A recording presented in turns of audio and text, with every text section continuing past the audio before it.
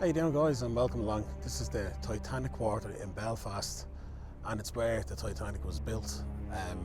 The main attraction here, of course, is the Titanic building, but there's so much more to see around. There's the actual place just in front of me here where the Titanic was built.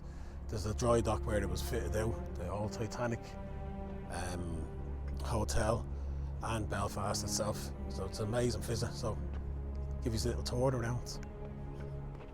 This is the actual location where Titanic, Olympic and Britannic were built. Olympic was built first, then Titanic, and then Britannic.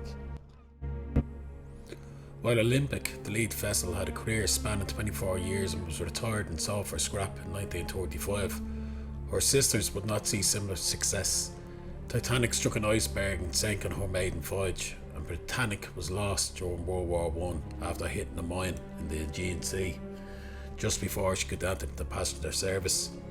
Although the ships were not built for speed, they were built for size and luxury, and were in direct competition with Cunard, who actually had much faster ships, but the Olympic class was much more luxury.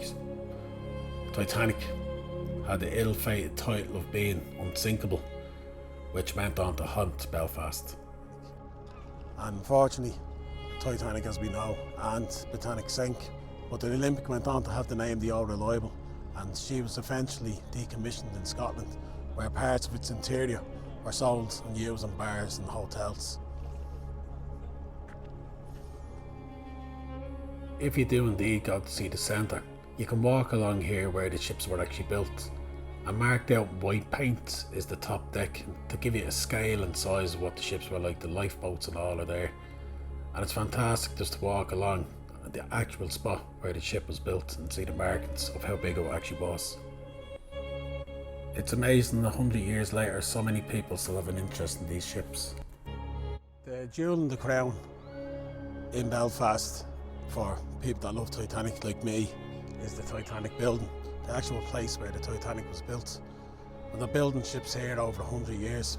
And my love for Titanic happened probably about 46 years ago. I was 4 years of age, and the teacher sent me over to the press to get some paper, and then I found an actual model of the Titanic, and so began my love of the Titanic, and it's had a grip on me ever since. The thing about it is, since then there's been a new interest in it due to the likes of James Cameron having made the Titanic movie, and with that came the building, and it's a huge tourist attraction now. For years, Belfast tried to shake off the history of the Titanic, having built an unsinkable ship that sank. But after renewed interest recently in Titanic, with the James Cameron movie, as I said, Belfast has embraced its history. Not only building the Titanic Centre, but acquiring and renovating the Nomadic. This to me is the best piece in the centre here.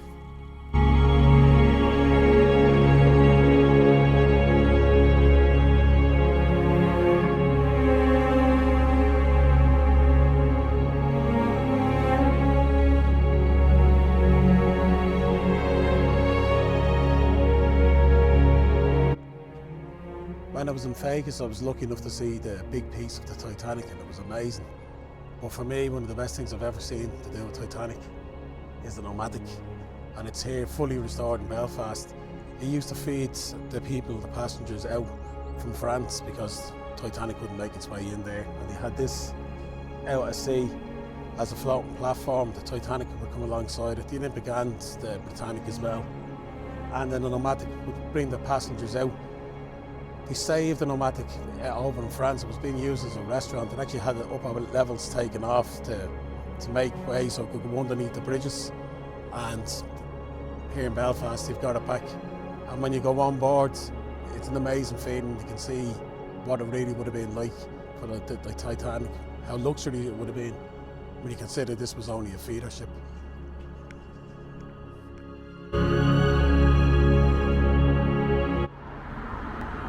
Of course, when you're in the Titanic Quarter or the Maritime Mile, one of the most dominating things that you see over Belfast is the Harland and Wolff cranes. Samsung Delight, I believe the names are. But pretty impressive.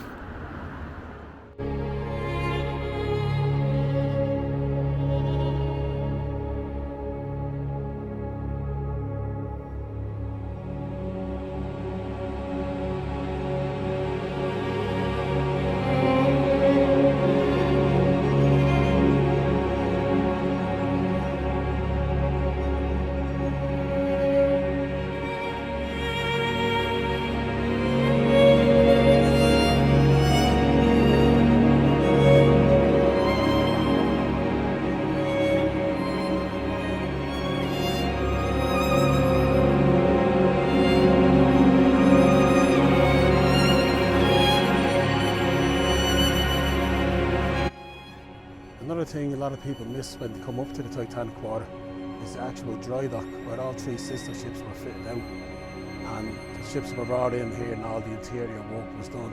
And the pump house, most of the pump house is actually still here as well. So if you ever do come up to see the centre, make sure to come down and see the actual dry dock, because it's where the ships were all fitted out. And HMS Caroline is just over the other side here, you can see that as well.